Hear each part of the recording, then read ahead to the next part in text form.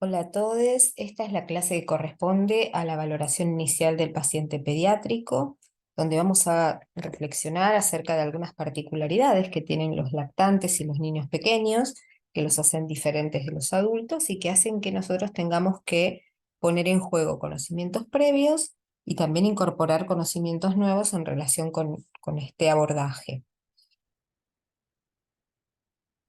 Bien. Vamos a hablar de algunas características anatomofisiológicas del lactante para comenzar, teniendo en cuenta que nosotros en pediatría eh, recibimos pacientes a partir del mes de vida y a veces hasta los 18 años o hasta la adolescencia. A partir de la edad prepúber, los pacientes pediátricos se parecen bastante a los adultos y las decisiones que tomamos tienen mucho que ver con eso. Sin embargo, el gran desafío es valorar y entender las necesidades básicas alteradas en los pacientes lactantes. Así que vamos a ver algunas de sus características más importantes. Una de ellas es que los pacientes pediátricos tienen una superficie corporal mayor en relación con el peso. Es decir, que si bien el peso es súper importante y es una medición que vamos a necesitar justamente para, junto con la talla, poder calcular la superficie corporal, no es en relación con el peso, como pierden calor en contacto con el ambiente, sino en relación con esta gran exposición de superficie corporal.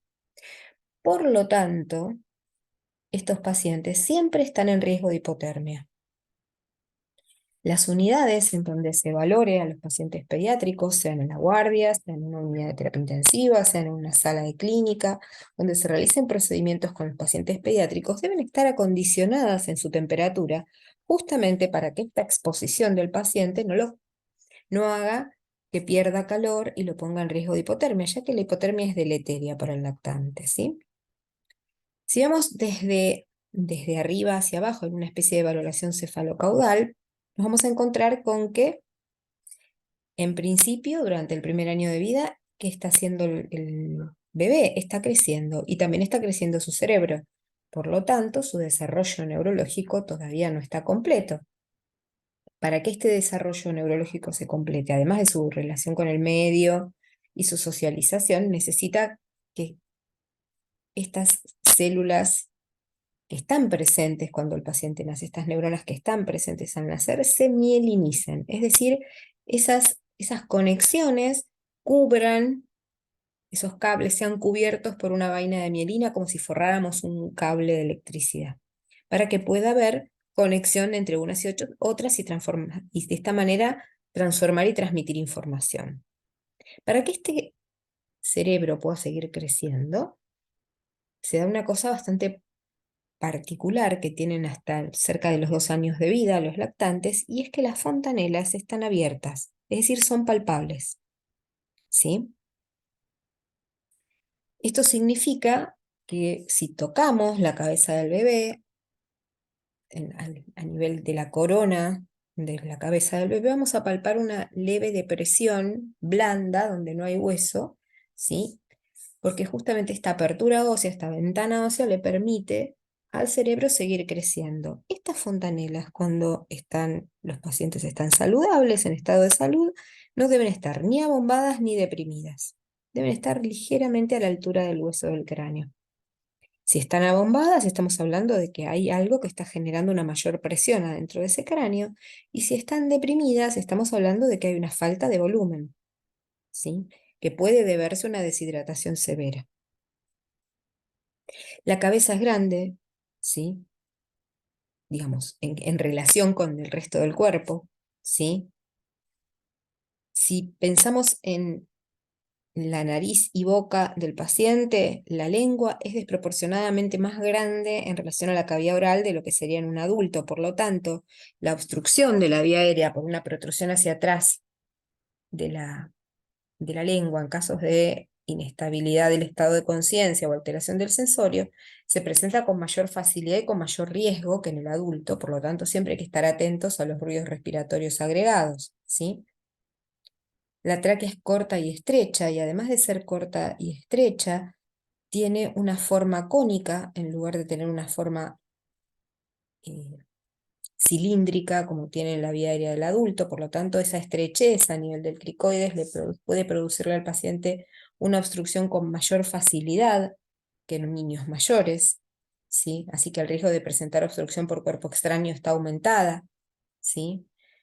A la par de que tiene una vía aérea que es más resistente al flujo de aire, la tasa de consumo de oxígeno del lactante es el doble que la del adulto, por lo tanto, tiene una tasa metabólica más alta y un consumo metabólico más alto. ¿Esto qué significa? Significa que está creciendo y está generando tejido y por eso es que necesita tener una tasa metabólica mayor, ¿sí? Cuando somos pequeños, nuestro gasto cardíaco, que es, vamos a repasar el concepto de gasto cardíaco, es el volumen que eyecta el corazón en cada latido multiplicado por la frecuencia cardíaca, es decir, es el volumen que eyecta el corazón en un minuto. En el caso del paciente pediátrico, el gasto cardíaco es más dependiente de la frecuencia que del volumen. Por eso es que los pacientes pediátricos tienen frecuencias cardíacas más altas y la taquicardia aparece como primer signo que se altera cuando hay una falta de volumen. ¿Sí? Eso es importante, ¿sí? Tenerlo en cuenta también. También es más alta la necesidad de respirar, por lo tanto, la frecuencia cardíaca, la frecuencia respiratoria, perdón, es mucho más alta que en un adulto promedio, ¿sí? Porque los pacientes o los niños tienen un volumen pulmonar más pequeñito, volumen alveolar más pequeñito que los adultos, ¿sí? Entre 7 a 10 mililitros por kilo. Las costillas, ¿sí? De la parrilla costal de estos pacientes también tienen un porcentaje mayor de cartílago porque están creciendo, por lo tanto, esta caja torácica no contiene tan bien al pulmón, ¿sí? Como lo contiene las costillas de los adultos. Por lo tanto, la salida del aire, el retroceso elástico de las costillas para que el aire salga en la exhalación es menos, eh, tiene menos fuerza que en un niño más grande, tiene menos distensibilidad de este pulmón, ¿sí? Por lo que les cuesta a los pacientes exhalar si hay algún tipo de obstrucción. Hay poco tejido graso en el abdomen, por lo tanto los órganos están más expuestos, hay más riesgo si hay un trauma de vaso, de intestino, de hígado, ¿sí? Tenemos que pensar también que hasta la edad escolar el diafragma juega un papel fundamental en la respiración. Casi es muy difícil que, al no tener tanta fuerza los músculos, que puedan utilizar tan fácilmente los músculos accesorios en ausencia de la posibilidad de que el diafragma se contraiga efectivamente. Por lo tanto, la dificultad respiratoria va a aparecer más precozmente, ¿sí? Estas serían como características, así a grosso modo, de las diferencias de un lactante en relación con un niño más grande o con un adulto, ¿sí? Entonces, como para repasar esto como una listita de conceptos importantes a tener en cuenta, ¿sí? El tamaño pequeño del cuerpo determina que haya más órganos por superficie corporal. Esto significa, ¿qué significa lo que les estoy diciendo? Los órganos están todos más juntos. Al estar todos más juntos, por ejemplo, cualquier lesión de un órgano o trauma de un órgano va a impactar en el resto, porque está todo cerquita, ¿sí? Hay mayor elasticidad y flexibilidad de los tejidos, por lo tanto hay menor contención de estos órganos, por lo tanto, ante cualquier sacudida, estos órganos se van a ver movilizados de una manera distinta, es decir, que van a absorber energía de una manera diferente que órganos que están mejor contenidos, ¿sí?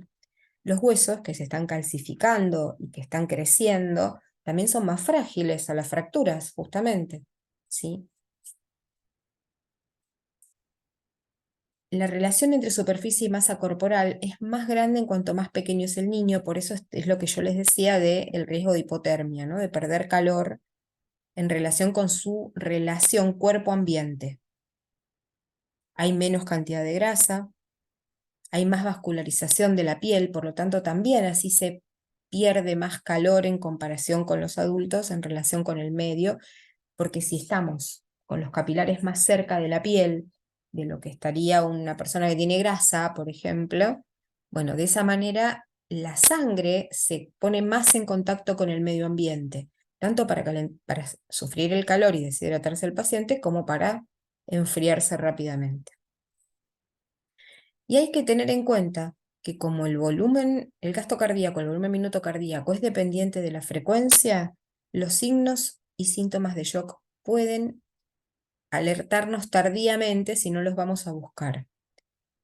Hay que pensar que cualquier paciente lactante que tenga hipotermia, hipoxia e hipovolemia tiene riesgo altísimo de daño del sistema nervioso central, que puede devenir en un paro cardiorrespiratorio o en secuelas neurológicas severas por el resto de su vida. Es decir, que si el paciente no nos va a dar rápidamente información acerca de ese estado, tenemos que ir a buscarla nosotros. ¿Con qué? Con las herramientas que aprendimos en el triage, que son útiles también para valorar un paciente en otras condiciones.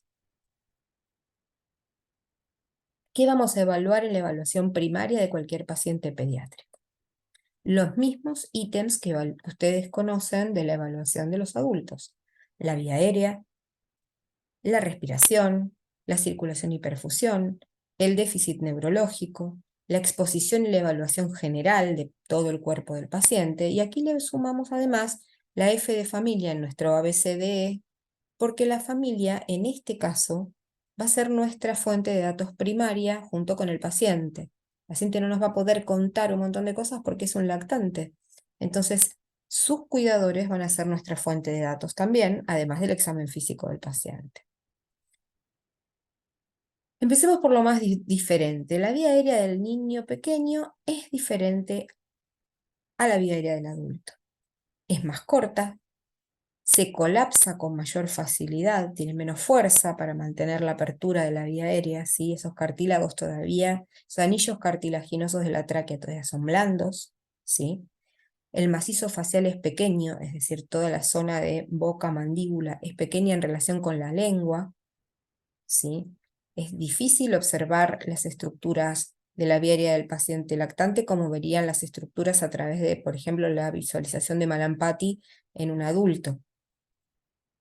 La lengua es más grande, el paciente tiene una lengua grande, desproporcionadamente grande en relación con el tamaño de la cavidad oral, por lo tanto la obstrucción es algo que puede estar presente con mucha facilidad. La laringe está en forma anterior y cefálica, eso hace que sea más difícil también la intubación de estos pacientes, ¿sí? La epiglotis es grande, entonces cuando colocamos un laringoscopio para visualizar las cuerdas vocales y poder introducir un tubo endotraqueal, por ejemplo, puede ser mucho más complejo. Y otra de las particularidades que tiene el paciente pediátrico lactante es que tiene un occipital grande. Por lo tanto, si lo colocamos en posición supina, el cuello se va a flexionar por el apoyo de la cabeza. Más adelante vamos a ver cuál sería la posición correcta para colocarlo para permeabilizar la vía aérea. La causa más importante de obstrucción de la vía aérea del lactante es la caída hacia atrás de la lengua, y para eso vamos a usar, si el paciente está inconsciente, las cánulas orofaringeas que están en el dibujo. Esas cánulas que se colocan solamente en paciente inconsciente para llevar nuevamente la lengua a su posición normal, nada más que para eso nos sirven también si necesitamos introducir una sonda para aspirar secreciones, moco, sangre, lo que el paciente tenga, que puede estar obstruyendo la vía aérea. Solo debe ser colocada en paciente inconsciente y no se fija, porque si el paciente recuperase la conciencia, la va a escupir solo. Si nosotros la tenemos fijada y el paciente recupera la conciencia, va a estimular el vómito y la broncoaspiración. Aquí tenemos un gráfico de lo que yo les decía, la diferencia entre la vía aérea del adulto, que es cónica, ¿sí? Perdón, la vía aérea del adulto, que es cilíndrica, perdón, versus la del paciente pediátrico, que es un cono. Fíjense que hay una gran estrechez a nivel del cartílago cricoides. Lo estamos viendo también en esta otra imagen. Esto hace que esta vía aérea sea más resistente al flujo de aire, porque cuanto más estrecha la manguera, más difícil que pase el agua. Bueno, con el aire sucede lo mismo. Entonces, esto hace que el paciente pediátrico, frente a cualquier edema en la vía aérea, irritación, tenga más probabilidades de tener dificultades, tanto para la entrada como para la salida de aire. Esto es lo que yo les decía, la posición de olfateo es la posición en la que se debe colocar un lactante para colocar la vía aérea alineada, para permeabilizar la vía aérea. Se lo llama posición de olfateo porque la nariz parece que está mirando el techo, ¿ven? Y lo que estamos haciendo es alineando la vía aérea, haciendo que sea un cañito que vaya sin dobleces, de manera tal que el aire fluya con mayor facilidad, porque cualquier circuito que nosotros doblemos o acodemos nos va a dar mayor resistencia al flujo de aire. ¿Y cómo logramos esta posición? Si al adulto le colocamos algo debajo de la nuca, al paciente pediátrico lactante se lo colocamos debajo de los hombros. Siempre lo que vamos a elevar son los hombros. Nunca vamos a colocar algo debajo de la nuca porque vamos a empeorar la obstrucción de la vía aérea, ya que vamos a llevar la cabeza del lactante hacia arriba y hacia adelante. Esta posición del olfateador o la posición de permeabilización de la vía aérea no le resulta para nada incómodo al paciente y lo que logramos con esto muchas veces es que la lengua vuelva a su lugar, el paciente tenga una vía aérea más despejada y permeable y pueda respirar con mayor facilidad. Y fíjense en esta diapositiva lo que yo les pongo, la vía aérea normal y la vía aérea edematizada, tanto de un lactante como de un adulto, y cómo muy poquita cantidad de edema, ¿sí?, puede provocar una gran obstrucción de la vía aérea y una gran resistencia al flujo aéreo. ¿Por qué? Porque la resistencia al flujo aéreo es la fórmula que tenemos acá. ¿Sí? La resistencia tiene que ver con el radio a la cuarta potencia. Por ende, ¿sí?, si acá tenemos 1 milímetro de edema en una vía aérea tan pequeñita, nuestra vía aérea se va realmente a colapsar con gran facilidad. Fíjense, la disminución del diámetro de la vía aérea de 4 a 3 milímetros de su tamaño normal, o sea, lo llevamos de los 4 milímetros que tenía, lo llevamos a 3 milímetros, ¿sí? Le pusimos un pequeñito edema de 1 milímetro, ¿sí? Nos aumentó la resistencia al flujo 16 veces por la fórmula de resistencia, ¿sí? Mientras que si nosotros a una vía aérea grande, como tiene un adulto, le ponemos 1 milímetro de edema, fíjense, nos aumentó la resistencia 3 veces nada más.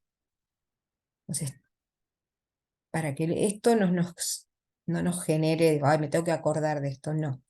De lo que se tienen que acordar es, la vía aérea del lactante es pequeña, es cónica, es corta, el cuello es corto, el occipital es grande, la lengua es desmesuradamente grande en relación con la boca. Es decir, que siempre tiene que estar en su cabeza la posibilidad de que el paciente tenga una obstrucción de la vía aérea superior o una obstrucción bronquial o de la tráquea relacionada con aumento de secreciones, sea de forma mecánica o sea porque tiene el paciente irritabilidad bronquial o porque tiene una infección o porque tiene una bronquiolitis. Ahora estamos en una época en la cual van a observar pacientes con estas características.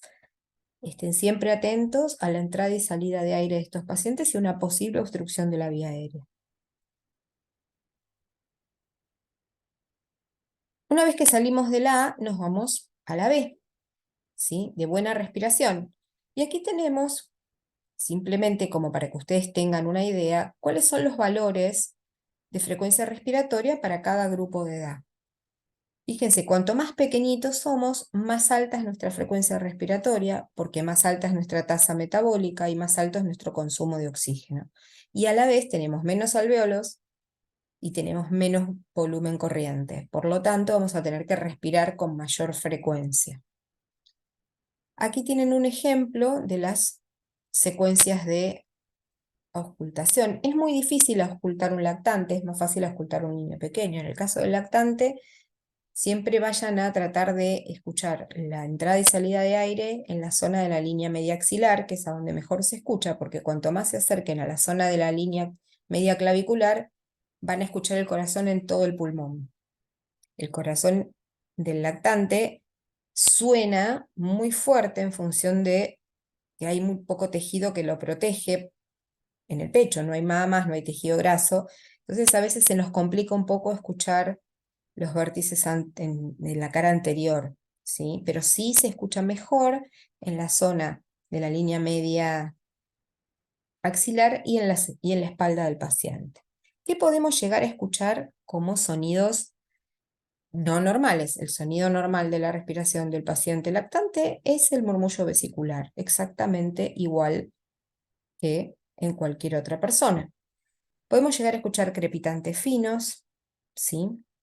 Que se escuchan al final de la inspiración, ¿sí?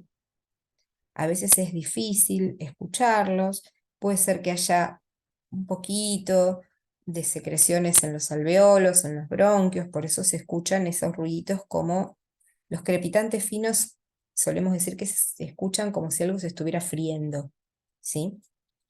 Después puede haber roncus sibilantes, ¿sí? Es como un silbido, se escucha durante la inspiración y la expiración, pero generalmente se escucha más que nada durante la expiración y tiene que ver con el broncoespasmo. Es la sibilancia que ustedes conocen de cualquier persona con broncoespasmo. Ese quejido, ese sonido agudo que se escucha en una expiración, que generalmente van a escuchar que el paciente tose y también expira con sibilancias.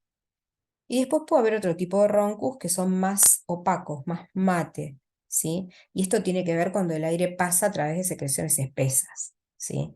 Donde pues, esto puede ser en la vía aérea intratorácica o también puede el paciente tener una traqueitis o una traqueobronquitis y tener secreciones o edema, si es de índole hiperreactiva el edema, en la vía aérea superior.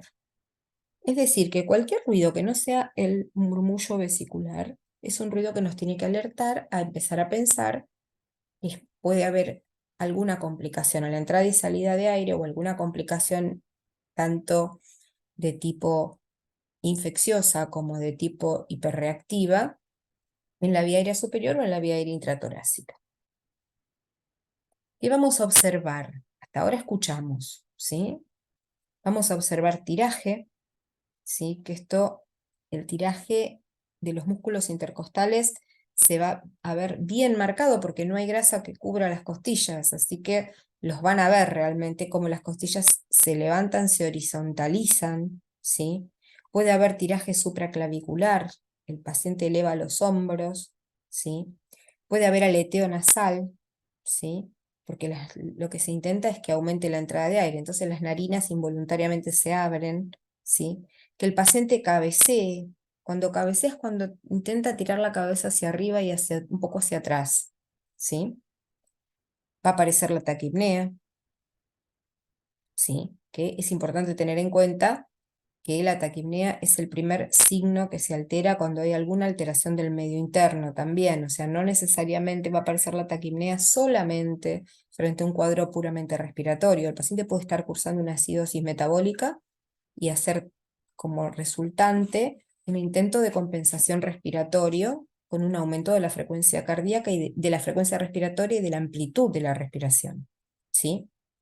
Y puede ser que el paciente se coloque en una posición en trípode o en ortopnea, ¿sí? Intenta alinear la vía aérea porque, vuelvo a decirle, si la manguera se acoda en algún lado aumenta la resistencia, entonces está intentando alinear toda la vía aérea para que el aire fluya con más facilidad. Y también puede aparecer la respiración paradojal, que es una respiración en balancín, que es cuando el paciente inspira, se desciende el abdomen en lugar de inflarse. Es como que se chupa el abdomen en lugar de inflarse. Esa también es un signo de utilización de musculatura. En este caso lo que impacta es en la musculatura abdominal. Acá hay un score que está bastante claro, que es bastante sencillo de entender, que nos está hablando de cómo valorar la dificultad respiratoria, ¿sí? Tiene 3 ítems nada más, o sea, 3 puntos, 0, 1 y 2, ¿sí? Donde obviamente la puntuación más alta es la más grave. ¿Y qué variables toma en cuenta? La aparición de cianosis, la aparición, o sea, que el paciente no tenga cianosis, que tenga cianosis respirando aire ambiente, ejercicio con aire, respirando al 21%, o con una fracción inspirada de oxígeno menor al 40%. Los valores de presión de oxígeno en sangre, que no son de saturometría, son de presión de oxígeno en sangre, ¿sí? Normal, entre 70 y 100 milímetros de mercurio, ¿sí? Si está por debajo de 70 milímetros de mercurio, ya estamos hablando de dificultad respiratoria. Murmullo respiratorio, que es este murmullo vesicular. Normal, lo escucho en todos los campos pulmonares, lo escucho en forma alterada, ¿sí? Desigual, hay un pulmón que ventila mejor que el otro, que la entrada y salida está diferente del otro, son diferentes pulmones, o puede estar disminuido o ausente en algún lugar, que no es lo mismo que ser diferente entre un pulmón y el otro. Acá hay zonas silentes, ¿sí? O muy disminuidas o directamente silentes. La aparición de sibilancias, ¿sí? Inexistencia, moderadas o muy marcadas. Lo mismo el tiraje, ¿sí? Lo mismo la posibilidad de que el paciente esté en principio con un sensorio normal, reactivo, llora si se acercan, deja de llorar si está upado la mamá. Le ponemos un 1 si el paciente está o hipotónico, deprimido o letárgico o está muy agitado, ¿sí? Y directamente, si tiene un 2 y está en coma, el paciente necesita, obviamente, con un número mayor de 7 y con una PCO2 alta, bueno, que el paciente está en insuficiencia respiratoria severa y probablemente esto sea, si no se trata rápidamente de forma agresiva, se convierta en una insuficiencia respiratoria que lo lleve al paro respiratorio y por ende al paro cardíaco. Nos vamos a la C, de circulación y perfusión. Y aquí tenemos un lindo dibujo donde podemos a un niño más grande tomarle los pulsos, ¿sí? Los pulsos centrales y los pulsos periféricos. Como medida de, como, digamos, no sé si medida, pero como consejo, cuando vayan a tomarle el pulso a un lactante pequeñito, utilicen siempre como pulso el pulso braquial. El pulso carotidio no se debería tomar en lactantes pequeños, no se debería comprimir las carótidas, no se puede hacer al mismo tiempo, ¿sí? Y además es difícil porque el cuello es corto y gordo. Entonces vayan directamente al pulso braquial, al pulso femoral y luego los pulsos periféricos, ¿sí? Pedio, tibial posterior, ¿sí? En el hueco popliteo, radial, cubital, humeral, braquial nuevamente, ¿sí? Y ahí vean las características de este pulso, no solamente la frecuencia cardíaca que debe ser, al igual que la frecuencia respiratoria, controlada en un minuto, nunca controlada en 15 segundos ni multiplicada, porque no sabemos si el paciente está rítmico y no vamos a poder saberlo si no nos quedamos un minuto controlando los pulsos, ¿sí? No vamos a poder saber tampoco si estos pulsos son eh, simétricos si no los controlamos a todos y los comparamos, ¿sí?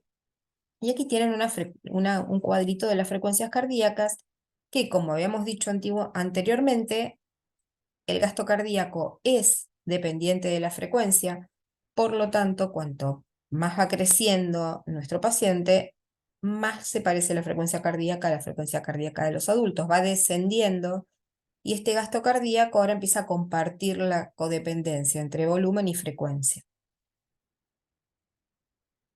Otro gran dato nos lo va a aportar el relleno capilar, que nos va a hablar de la perfusión distal, porque recuerden que circulación y perfusión van de la mano, ¿sí? Cuando queremos evaluar circulación, lo que estamos evaluando es la perfusión periférica e infiriendo la perfusión central. ¿Cómo podemos saber la perfusión periférica? Color de la piel, temperatura de la piel, relleno capilar, que debe ser menor de 2 segundos. Pero ¿cómo se debe tomar ese relleno capilar? En un ambiente cálido, para que el paciente no esté hipotérmico,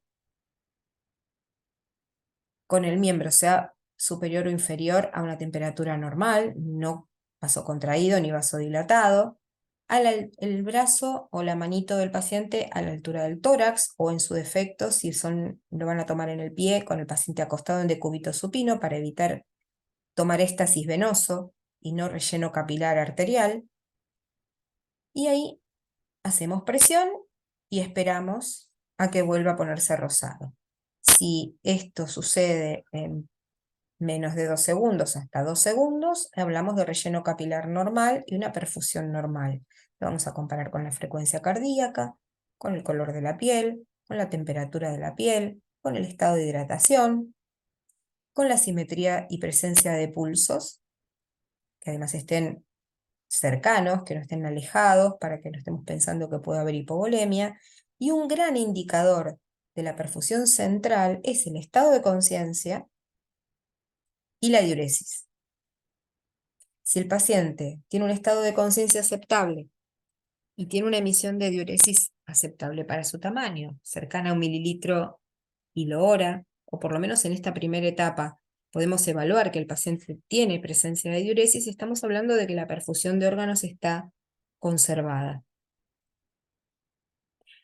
Recién aquí, a último momento, y si es posible, le vamos a tomar la tensión arterial al paciente. ¿Por qué? Escuchar la tensión arterial de un paciente lactante con un estetoscopio es imposible.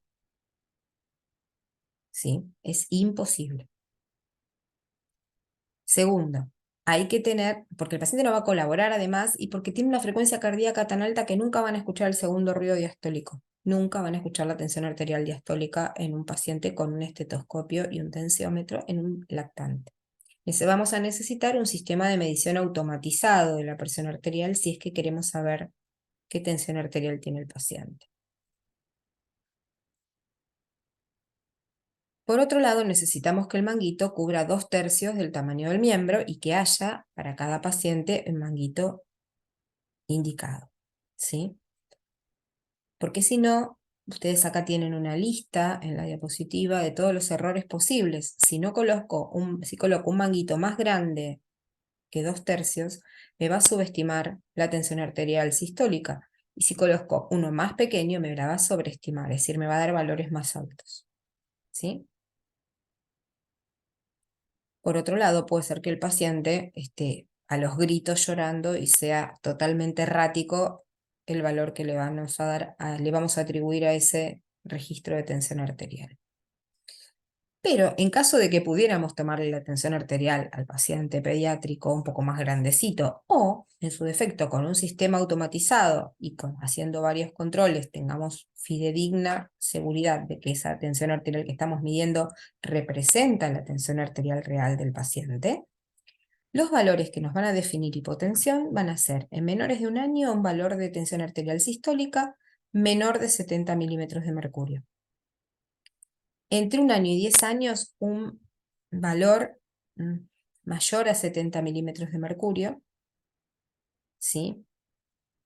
Más la edad del paciente multiplicada por 2 en años, que yo me olvidé de ponerlo en la diapositiva. Es decir, que de 1 año a 2 años vamos a hacer 70 más 2 por edad en años, y eso nos va a dar cuál debería ser la tensión arterial sistólica de ese paciente. Para que se entienda, vamos a tomar un ejemplo. Vamos a suponer que tenemos un paciente que tiene 5 años, 2 por 5, 10, más 70, 80. Esa debería ser su tensión arterial sistólica mínima para definir que ese paciente no está hipotenso. Luego de los 10 años, el valor es de 90 milímetros de mercurio y se mantiene hasta la adolescencia, inclusive a veces en algunos pacientes hasta la edad adulta. ¿Dónde vamos a auscultar el corazón? ¿Sí? Aquí tenemos un esquema de auscultación. Por supuesto que nosotros no auscultamos el corazón en busca de patologías. Vamos a auscultar el corazón, en principio, para ver si el paciente es, digamos, tiene una configuración de corazón habitual o es dextrocárdico. Cuanto más pequeño es el paciente, más medial en el sentido del tórax es el corazón, más espacio ocupa en el centro del pecho, para decirlo de una manera que se entienda, ¿sí? Y a veces nos resulta difícil escuchar la sincronía de las válvulas y el ruido cardíaco, apareciendo un tercer ruido que en la edad pediátrica pequeña es normal que aparezca, ¿sí? Está originado por el ruido que hace la sangre cuando pasa por la válvula mitral. A medida que el niño va creciendo, va a desaparecer este tercer ruido, ¿sí? Es un ruido que por ahí lo escuchan y por ahí no lo identifican exactamente, porque bueno, Insisto, tanto tomarle la presión a un paciente pediátrico lactante como escuchar su corazón es un entrenamiento que lleva años. Pero la idea es que vean en este dibujo, digamos, las zonas, ¿sí? Que son muy parecidas a las zonas en las que ustedes van a colocar los chupetitos del electrocardiograma, cuando quieren hacer un electrocardiograma, bueno, corresponden básicamente a las mismas zonas. En la D, de deterioro neurológico, no nos vamos a detener a hacer demasiadas cosas, vamos a utilizar una escala rápida que nos diga cómo está el paciente en esta primera valoración. Y para eso es útil la escala ABDI. Clasificar rápidamente el estado neurológico del paciente diciendo, ¿está alerta este bebé? ¿Responde a la voz? O sea, si lo llamo o este niño, ¿está alerta? ¿Está conectado con el medio? ¿Está vigil? ¿Está prestando atención a mi alrededor? ¿Responde a la voz si lo llamo? Aunque no esté tan alerta o se duerma, si yo lo llamo se despierta, ahí tengo un puntito menos. ¿Responde solo al dolor? O sea, necesito hacer un estímulo doloroso para que el paciente responda, y para esto, estímulo doloroso hay que hacerlo con mucho cuidado y concienzudamente, es en el arco supraciliar, ¿sí? O si queremos un estímulo central, o empezamos por un estímulo periférico comprimiendo el dedo, ¿sí? No le frotamos el tórax, no le hacemos nada que sea doloroso al paciente. A veces el solo hecho de aspirar secreciones, si el paciente está ventilado, es un estímulo doloroso que nos puede ayudar a entender si responde o no el paciente. Y por último, la I es de inconsciente, aquí no hay ningún tipo de respuesta. A la par que estamos haciendo la escala ABDI, vamos a hacer la valoración de las pupilas. ¿Y qué vamos a valorar en las pupilas? Primero el tamaño. ¿Son isocóricas estas pupilas? O sea, ¿tienen un tamaño intermedio? ¿Están mióticas? O sea, ¿son pequeñitas? ¿Están midriáticas? ¿Están agrandadas de tamaño? Eso sería lo primero que vamos a ver. Lo siguiente que vamos a ver es, ¿son simétricas? Si son las dos iguales, ¿tenemos isocoria o tenemos anisocoria? ¿Sí? Esa A que nos dice que no. Tenemos una pupila más grande y la otra más chica. Esto es, preguntamos a sus cuidadores, ¿esto es siempre así? O sea, ¿eso es algo que el paciente tiene como condición previa? ¿O es algo que se instaló en este momento? Porque la anisocoria es una emergencia, ¿sí? Nos está hablando de que hay una zona de compresión que está haciendo que esa pupila no se contraiga, se quede grande, y esto puede deberse a una herniación cerebral. Por lo tanto, la anisocoria siempre es una emergencia, si no es un estado previo del paciente que puede ser propio de su constitución. Y la reactividad a la luz. Las pupilas deben achicarse frente a una fuente de luz, para eso necesitamos oscurecer el lugar, tener una fuente de luz extra, que puede ser una linterna, la linterna del celular. Cerramos los ojos del paciente, los abrimos y los sometemos a un estímulo lumínico. En el momento que los sometemos a un estímulo lumínico, las dos pupilas deben contraerse al mismo tiempo, ¿sí? Se llama reflejo consensuado. Se deben contraer y a la vez se deben contraer juntas. También podemos ver la respuesta motora de este paciente, o sea, cómo es el tono motor de un lactante. Un lactante no está flácido, un lactante está levemente contraído, mueve los cuatro miembros, cómo los mueve, ¿sí? Llora, cuando llora, obtiene consuelo si está en brazos de sus cuidadores o sigue llorando. Y si tiene lenguaje, vamos a evaluar el lenguaje. Recién vamos a hacer la escala de Glasgow modificada para lactantes si el paciente está correctamente estabilizado. Aquí tienen el esquema de la escala de Glasgow, que lo que hace es, obviamente, modificar lo que tiene que ver con la respuesta de la apertura eh, ocular y la respuesta verbal, porque es un paciente que todavía no habla, ¿sí? Y luego aquí les dejo, para que ustedes lo vayan trabajando y lo vayan teniendo en cuenta, los hitos madurativos neurológicos que uno espera y cognitivos que uno espera que vaya desarrollando a lo largo de sus primeros 12 meses el lactante. O sea, ¿cuáles serían como los objetivos a alcanzar para este bebé para decir que está creciendo, que su crecimiento y desarrollo es el esperado, ¿sí? Fíjense, también, bueno, pueden aparecer si uno va revisando sistema por sistema, en la E de exposición total del cuerpo, ¿sí?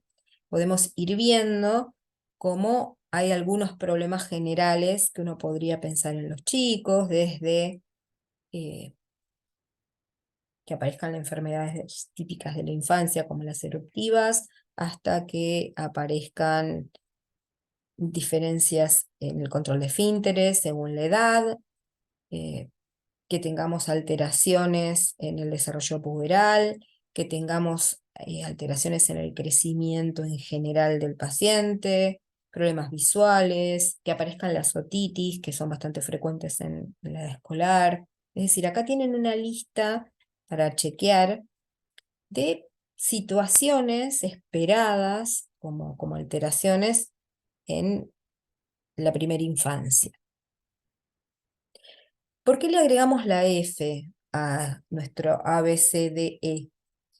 Porque aquí la familia es nuestra fuente primaria de datos y además es algo que nos va a jugar mucho a favor si logramos establecer una comunicación fluida y confiada y generándole un estado de contención a esta familia. Estamos hablando de algo muy delicado, como es el binomio madre-hijo o cuidador-hijo, ¿sí?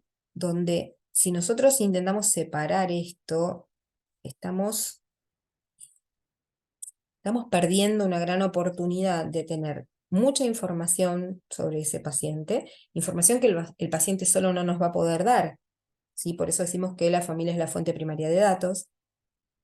Vamos a someter a ese paciente a un estrés innecesario, y este estrés innecesario además va a hacer que se le modifiquen los signos vitales, que el dolor se calme con menos facilidad, que aumente la tasa de consumo de oxígeno, que aumente la frecuencia cardíaca, la frecuencia respiratoria.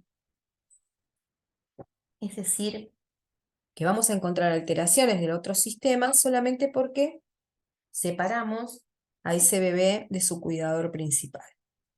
Así que si nosotros logramos una buena comunicación terapéutica y una buena relación de confianza con esta familia, seguramente vamos a mejorar mucho las posibilidades de que este lactante compense algunas de sus variables fisiológicas alteradas. O por lo menos que no altere más las que ya están alteradas de por sí, ¿sí? Esto entendiendo que se trata de una familia en crisis, que no siempre va a poder colaborar desde el principio, porque a lo mejor llegan agotados de varios días de intentar compensar al paciente en casa, o muy asustados si se trata de algo muy agudo, pero siempre vamos a poder en algún momento lograr este espacio de comunicación. Escuchemos el relato familiar. La familia tiene mucho para decirnos de lo que le está pasando al paciente en este momento. Acuérdense de la historia clínica amplia, cuando preguntamos sobre alergias, medicación, antecedentes, cuándo se alimentó el paciente, qué otras enfermedades tiene, antecedentes de este cuadro clínico, cuánto hace que el paciente tiene fiebre o no hace pis, o tiene diarrea, o vomita, o cuándo le aparecieron las primeras erupciones. En fin, toda esta información no se la podemos pedir al paciente, se la vamos a tener que pedir a su cuidador. Puede haber otros factores, ¿sí? Que no sean la típica familia heteronormatizada o heteroparental, digamos, así que tenemos que tener en cuenta que a lo mejor el paciente está cuidado no por su mamá y su papá, o sus mamás y sus papás, sino por una tía, o por una abuela, o por un tío, por un hermano, una hermana, no sabemos. Darle participación a esos otros actores y no cerrar el círculo al lado que tradicionalmente se conocía como concepto de familia, abrir nuestro espectro también, y darles participación en el cuidado. O sea, si en casa mamá le pone el termómetro para ver si tiene fiebre, ¿con qué necesidad vamos nosotras como extraños a agarrarle el brazo, ponerle el termómetro, hacer que el bebé llore, cuando puede estar a upa de su mamá con el termómetro puesto, o puede sostenerle la máscara de oxígeno, o puede ayudarnos a poner el manguito de tensión arterial si es necesario. Es decir, todas estas cosas que parecen tan sencillas, muchas veces no las hacemos porque no nos damos cuenta de que todo eso favorece la tranquilidad del paciente, y cuanto más tranquilo esté este lactante, menos dificultad respiratoria va a tener. Entonces, básicamente, lo que yo quiero dejarles en esta clase son estos datos, así como muy básicos, pero que nos van a servir para hacer esta segunda valoración del paciente, que va a venir de la mano de, por supuesto, el monitoreo cuando el paciente se ponga crítico. El paso siguiente que vamos a dar, entonces, es iniciarnos en la monitorización invasiva y no invasiva de un paciente que empeora su cuadro clínico y que puede ser monitoreado en la unidad de cuidados intensivos o en un shock room.